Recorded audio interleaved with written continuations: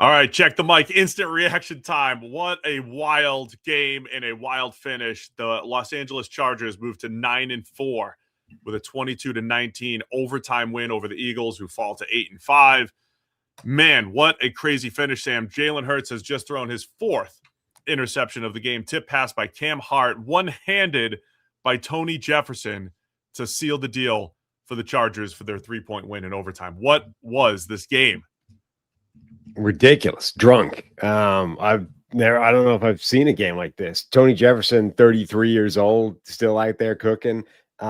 This game was crazy. There were 8 total turnovers, and that doesn't even count the number of times the ball also went on the ground and didn't get turned over. And I think also does count that one ridiculous play where it was turned over 3 times in one snap. Madness. 2 turnovers by Jalen Hurts on that one play. Throws a pick and a fumble. One play. It's hard to do. Recovers the fumble, then fumbles again. Everything was nuts in this game. Just to, I guess, work backwards on this thing, the Chargers drive down to kick the go-ahead field goal in overtime. Started to lean on Justin Herbert's legs. I feel like that opened up finally the run game from Omarion Hampton. He had a big run that helped set up the go-ahead field goal in overtime. But Herbert in this entire game, man, he's been working with backup tackles and third-string offensive linemen for much of the season.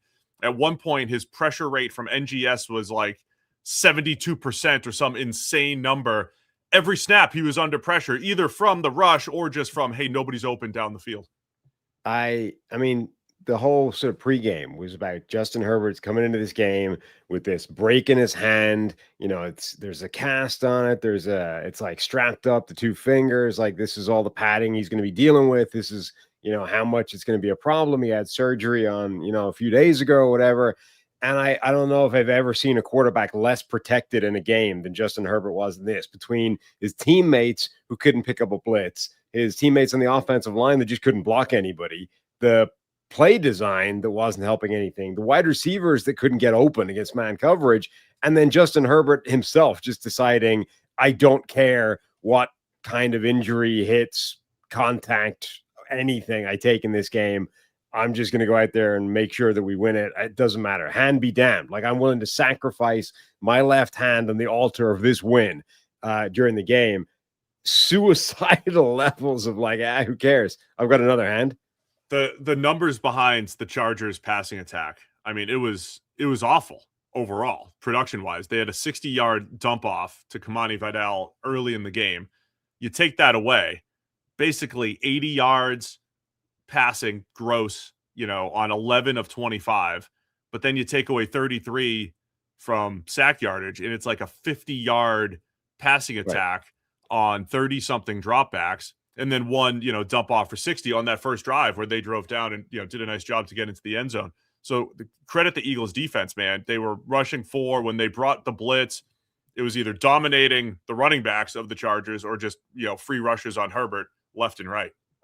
And the coverage on the back end. I mean, they were shutting down those Chargers receivers in man coverage primarily for most of the game. Cooper DeJean was absolutely phenomenal. But the rest of that secondary were locking them down as well. I mean, Adoree Jackson was shutting down his side as well. They just, you don't get that kind of pressure volume and that kind of volume of sacks unless there's also nowhere to go with the football. It was that one play that I tweeted out where they jammed the Chargers combination on both sides and just sandwiched the 2 of them to the floor. And that's where Herbert wanted to go with the ball on that play. The Chargers had nothing going from a passing game point of view. It's a key point that I was thinking of throughout the game. It wasn't just the pass rush was getting there fast. There were many plays where that happened. On the plays where it didn't, like you said, Herbert didn't have anywhere to go. Then he starts scrambling. That still counts as a pressured play. So when you see those stats going around at the end of the day, it is a team effort. And I thought the Eagles did a great job on the defensive side of the ball. And then, from their perspective, same thing. Defense plays great. In this one, I know they're coming off that bad game against the Bears against the run, but their pass defense was outstanding in this one. And for the Chargers, they started to open things up a little bit when they started giving Herbert the ball on keepers. Now, he was scrambling a bunch, but on the keepers, a couple big gains in there were huge. So that was a nice adjustment by the Chargers. And then the Eagles offense, they struggled, and the Chargers defense deserves just as much credit forcing all those turnovers, and that game winner was outstanding. So 4 picks for Jalen Hurts. Chargers did a great job there, and the only Eagles offense was the 52-yarder push toss play Yeah. to Saquon Barkley. He had a little bit of room running, but not a lot for this Eagles offense again. The last interception was spectacular. Like, that was just a great play by the corner, sinking in, getting depth, getting a one-handed tip on it, and then Jefferson finishing the play. Like, Jalen Hurts, outside of that, though, was like awful care of the football. Jalen Hurts didn't play well. Right away, they were like going big game hunting. They were throwing the ball down the field, just like heaving it into coverage. They gave A.J. Brown, like, 13 targets or something. Like, he had a bunch of plays that I thought he could have, should have made in this game and didn't. He gave, like, there was one in the end zone where Jalen Hurts put it absolutely in his hands. And okay, there's a cornerback, like, got a piece of his arm and stuff, but like, you're AJ Brown, you're 6'2", 225 pounds, and there's a guy slightly hanging on you. Like, that's the play you're supposed to make if you're that guy, that size. And there was a bunch of those plays where I've never seen him look more disinterested than he looked in this game. Like, he's taking crap for that this season already in terms of like giving up on some routes or loafing it a little bit. I've never seen him look less into a game than he did in this one. The 3rd and 4 as well, right? The Chargers go all out blitz, and how many times have we seen it when on a must have down, 3rd down, or especially on 4th down, the Eagles, when they get blitzed, they don't have answers right over the ball. They don't have quick answers. They have fade balls. They have deep balls to AJ Brown. He just got slightly knocked off his route. I thought it was a decent throw by Hurts. Ends up just missing him, just going off his hands. And that set up what looked like a disastrous play because Odafe Owe on 4th and 4, the Eagles come out trying to draw the Chargers off sides, and Owe jumps off sides. Yeah. And we still don't know exactly what the Eagles were going to do. They had a chance to maybe kick a long field goal. I think they were probably going to go for it, but they had the chance to just try to draw them offside and then, hey, come back and either go for it, kick a long field goal. Owe jumps offside. Would have been a disastrous play. It was a disastrous play. As then the Eagles start making a couple plays. Hurts did make a couple throws on that final drive before the game-ending interception. And he made a couple throughout the game as well. Like I said, there was that one to AJ Brown in the back of the end, or in the end zone that I think he should have come up with. And so it's not like he only did bad things, but he did a lot of bad things. You don't have 4 interceptions, 5 turnovers, or however many he had total based off good play. He had a pretty rough game that had a couple of really nice passes in it. AJ Brown, I mean, he had 100 yards, so he made some good plays as well, but I thought he left a lot on the table in this game, and that hasn't always been the case this season. Like, he hasn't necessarily had the opportunities. They fed him a ton, and he did not look particularly into this game. Sam, I know it's cliche to say this felt like a playoff game, but I'm going to say in this year's NFL, in the 2025 NFL, where so many of the playoff teams have elite defenses, I think this could be what we see in the playoffs. Mahomes is another step away from the playoffs. Lamar Jackson, another step away from the playoffs. We don't have a lot of high-powered offenses, but we do have the Texans, the Broncos, the Chargers, the Eagles, I assume the Eagles will hold on and still make the playoffs. We still have to see if it's a full 2023 collapse. They're 8-5 now. But seriously, this could be what the playoffs look like if we don't have some of these elite offenses that we've had in the past.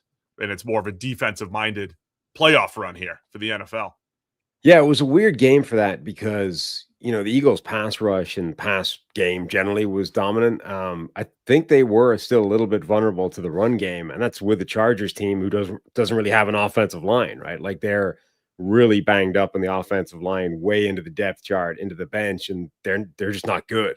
Maybe they're better running than they are pass protection, but this is not a good offensive line unit, and they were able to get some success running the ball as well. So, I mean, nothing like the Bears game, nothing like a week ago, but that's 2 weeks in a row where an upcoming opponent would look at this Eagles defense and say, I don't really want any part of that pass defense, but I'm going to try to run the ball on them a lot. So what do we have coming up here? That's 3 in a row for Philadelphia. And it is just fascinating that every other year their offense hits this lull, and it's hard to not mention 2023. It's hard to not mention the year where they were 10-1, best team in the NFL, and collapsed in the second half. Now we're sitting here with 3 straight losses to the Cowboys, Bears, and Chargers. They have the Raiders and Commanders over the next 2 weeks. So I assume, but listen, Sam, if you went back and watched our shows in 2023, the 10-1 carried so much more weight for me at this time of that year when I said, look, the Eagles are still the Eagles. They're still good. I don't buy into this collapse. They have 2 games against the Giants. Don't worry. And they lost one of those games to the Giants, I believe. Yep. And they were still struggling. They were still struggling in games that they should have. So I don't want to say like, hey, the Raiders are a big test next week or the Commanders are a big test, but they at least better take care of business. Raiders, Commanders, Bills, Commanders. Yes, they should win 3 out of their last 4, but I don't know. Eagles haven't beaten a good team in a few weeks. It's almost a month now, that Lions Sunday night game. Yeah, I mean, the good news was, the defense was fearsome. This was weird because, I mean, it's tough because obviously it fits the overall trend of this team starting to wobble again this year. But I think it's different than the last couple of games because it was this crazy drunk game where the ball was just on the turf every 3 seconds, like on both sides. I mean, both sides were putting the ball on the ground like with ridiculous frequency. So it's not the same as the games we've been talking about where it's like, the offense has just kind of hit a funk and it's not quite able to score. It's like they were just throwing the ball away, and then the Chargers would throw the ball away, and then they'd throw it away again. It's like, so I don't want to say you discount it or it's different than the previous games where they've just been struggling to move the ball. And from a Chargers perspective, they've won 5 out of their last 6. The one loss in there to the Jags, right? They got absolutely wrecked by Jacksonville. But given what they have coming up, this is a massive win for the Chargers. And a classic Jim Harbaugh win ugly game. It doesn't matter how it happened. Let the defense, come up with the big stop at the end, which they did. But they've got the Chiefs next week in a massive game. Like, this is an elimination game for the Chiefs. Not for the Chargers, but for the Chiefs, right? But the Chargers have a tough Cowboys team, the Texans, and the Broncos. So over these next 4 weeks, with this offensive line that just had Herbert under pressure forever, every single drop back, you got Spags this week, and then the last 2 games against maybe the 2 best defenses in the NFL, or at least top 3, Texans and Broncos. So the road does not get easier for the Chargers, but to come away with the win with all the mistakes that they made and the way, but trust in their defense to make those plays. What a huge game for them to pull it off. Oh, it's a huge win for them because their schedule is brutal down the stretch. And they probably only need one more game to secure a playoff spot because, Kansas City is clinging on to life support. They're basically done. Baltimore's in deep trouble. Their best path is through the division. The Colts are the next team, and they don't have any quarterback to speak of at the moment. They're talking about pulling 44-year-old Phillip Rivers off the couch and throwing him into the lineup to try and keep their season alive. So as much as, they've got really tough teams in their final 4 games, if they win one of those games, they probably basically secure a playoff spot. And then, this is the kind of performance that says, all right, you've got some major problems. Like your offensive line is in ribbons. None of your wide receivers could get open against man coverage, like all kinds of problems. However, Justin Herbert just deciding through sheer force of will and grit and determination and toughness that I'm not going to allow this team to lose. That's a playoff type of performance against the defending Super Bowl champion. So if they make it, maybe they can't go on a run and, win 3-4 games and win a Super Bowl, but maybe they can beat anybody once they're there. Yeah, I'm with you on Herbert, man. I think he deserves a ton of credit for battling this out. He's got the broken hand. He's getting injured again every single game. He's battling through all this stuff, the offensive line, and he had to use his legs, right? The pass game, the stats are ugly in the pass game. And I think he missed, and when he finally had a clean pocket, missed a throw or 2 in there as well. But when he needed to make a few plays with his legs, either as a scrambler or in the design run game, he was able to do it. You quarterback with an injured hand or wrist or whatever, even on your non-throwing hand, you can imagine a world where that guy, with a decent game plan and not under a ton of pressure and an offensive line holding up okay, doesn't get hit very often at all. Like, I would be really interested if someone went back and charted like significant contact of any kind on that hand and compared it to the last Aaron Rodgers game. Like, how many times did Rodgers' hand get hit versus how many times Justin Herbert's hand just got hit in that game? We must be into like 24 between getting hit by bodies, between hitting the ground, between like all the different ways you can get that hand hit on something. Honestly, he must be up to like 24, and Rodgers probably got hit on his hand like 4. I'll be serious, but Herbert's got to be careful with that stuff, though. I mean, there's the number of times that he was blindsided by at least one hit where he got popped, fumbled. The number of times that he was doing the whole, like, I'm about to get sacked and I'm going to save the play by throwing it away. And then you're not bracing yourself. Like, that's how you get hurt even more.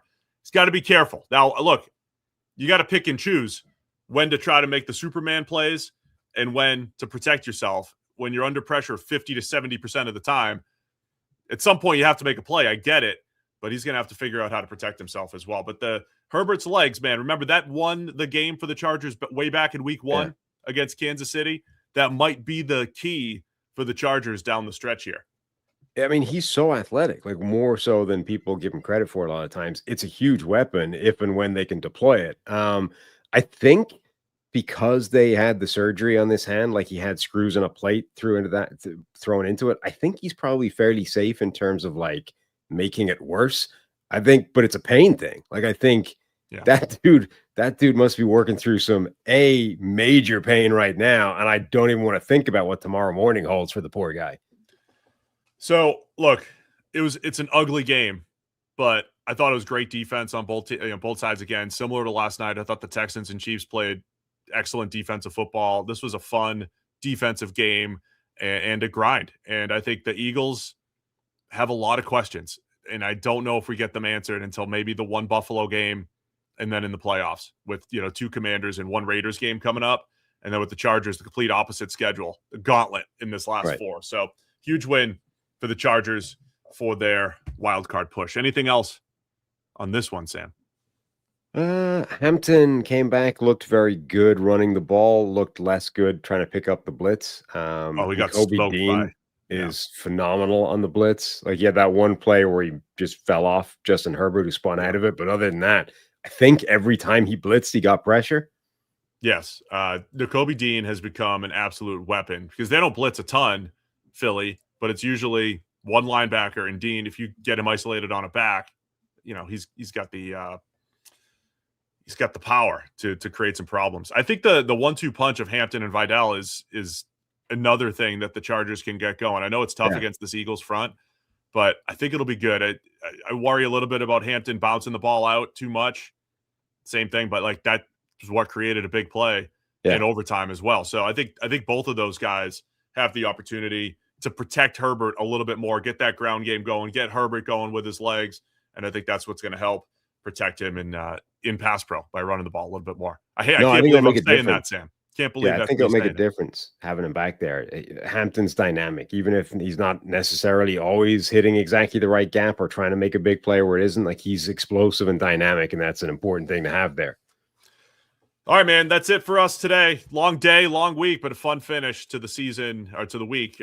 Chargers 22-19 over the Eagles. Don't forget, Wednesday might have some surprises on the show Wednesday. Talking defense. It's like the year of great defenses. We'll be breaking it all down on Wednesday show. Check the mic, 9 a.m. Hit subscribe. Do all the stuff on the